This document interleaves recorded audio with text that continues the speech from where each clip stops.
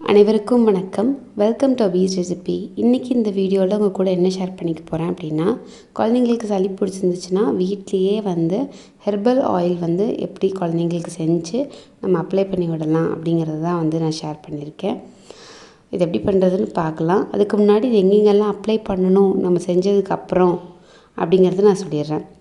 குழந்தைங்களோட உள்ளங்கையில், அப்புறம் மூக்கு கீழே சைடில் நல்லா இன்ஹேல் பண்ணுற மாதிரி, அப்புறம் காதுக்கு பின்னாடி 2 காதுக்கு பின்னாடி, ஏன்னா சளி அங்கெல்லாம் நல்லா அஃபெக்ட் ஆகும் அங்கே.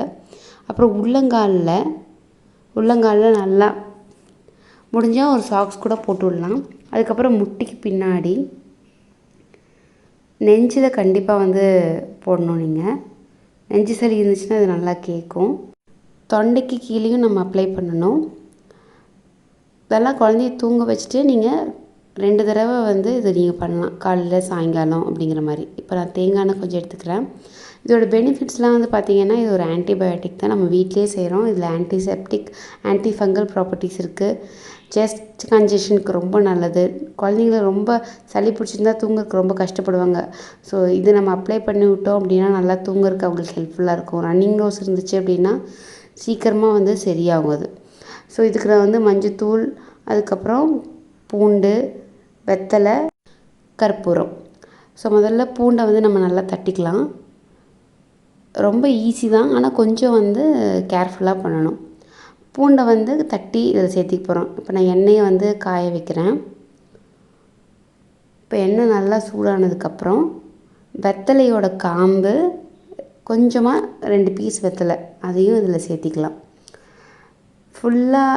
வெத்தலை ஃபுல்லாக போடணும் அப்படிங்கிற மாதிரி கிடையாது. இந்த காம்பு வெத்தலையை லைட்டாக கிள்ளி 2 இது போட்டால் போதும்.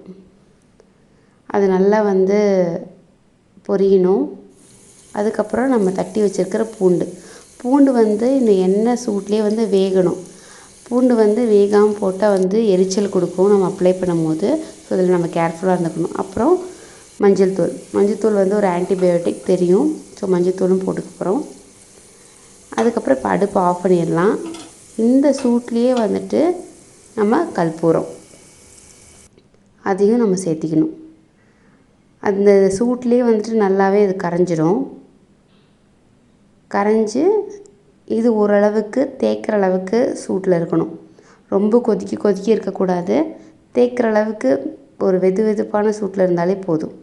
ஒரு இதில் மாற்றிட்டோம் அப்படின்னா நம்மளுக்கு ஹெர்பல் ஆயில் ரெடி ஆயிடுச்சு. ஸோ கண்டிப்பாக இந்த வீடியோ யூஸ்ஃபுல்லாக இருக்கும்னு நினைக்கிறேன். யூஸ்ஃபுல்லாக இருந்துச்சு அப்படின்னா ஒரு லைக் கொடுங்க. மறக்காமல் நம்ம சேனலுக்கு சப்ஸ்கிரைப் பண்ணுங்கள். பக்கத்தில் இருக்கிற பெல் பட்டனையும் ப்ரெஸ் பண்ணிடுங்க. நான் அப்போ தான் எப்போல்லாம் வீடியோஸ் போடுறேன் உங்களுக்கு நோட்டிஃபிகேஷன் வரும். Stay healthy, be happy. Thank you.